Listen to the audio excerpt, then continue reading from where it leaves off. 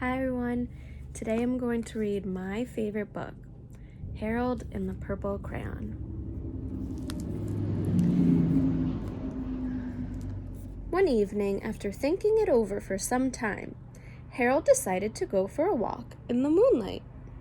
There wasn't any moon, and Harold needed a moon for a walk in the moonlight. And he needed something to walk on. He made a long straight path so he wouldn't get lost, and he set off for his walk, taking his big purple crayon with him. But he didn't seem to be getting anywhere on the long straight path. So he left the path for a shortcut across a field, and the moon went with him. The shortcut led right to where Harold thought a forest ought to be.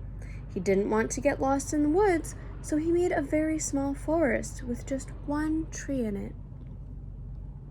It turned out to be an apple tree. The apples would be very tasty, Harold thought, when they get red. So he put a frightening dragon under the tree to guard the apples. It was a terribly frightening dragon. It even frightened Harold. He backed away. His hand holding the purple crayon shook. Suddenly he realized what was happening, but by then Harold was over his head in an ocean. He came up sinking fast, and in no time he was climbing aboard a trim little boat. He quickly set sail, and the moon sailed along with him. After he sailed long enough, Harold made land without much trouble. He stepped ashore on the beach, wondering where he was. The sandy beach reminded Harold of picnics, and the thought of picnics made him hungry. So he laid out a nice, simple picnic lunch.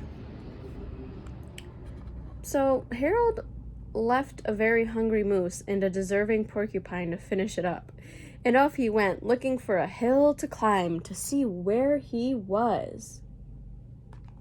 Harold knew the higher he went, the further he could see, so he decided to make the hill into a mountain. If he went high enough, he thought he could see the window of his bedroom.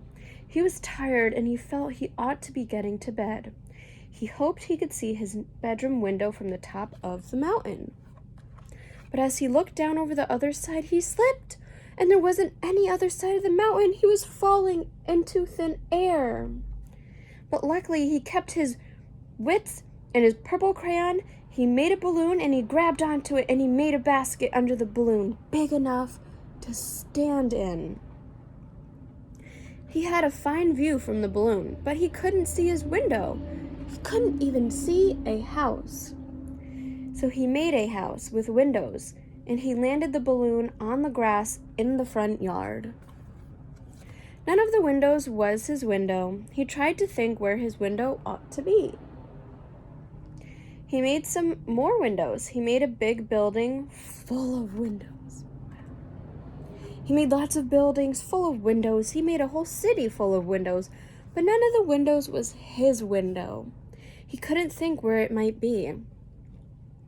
He decided to ask a policeman. The policeman pointed the way. Harold was going anyway, but Harold thanked him. And he walked along with the moon, wishing he was in his room and in bed. Then suddenly Harold remembered. He remembered where his bedroom window was. When there was a moon, it was always right around the moon. And then Harold made his bed. He got in it and he drew up the covers. The purple crayon dropped on the floor, and Harold dropped off to sleep. The end. Bye.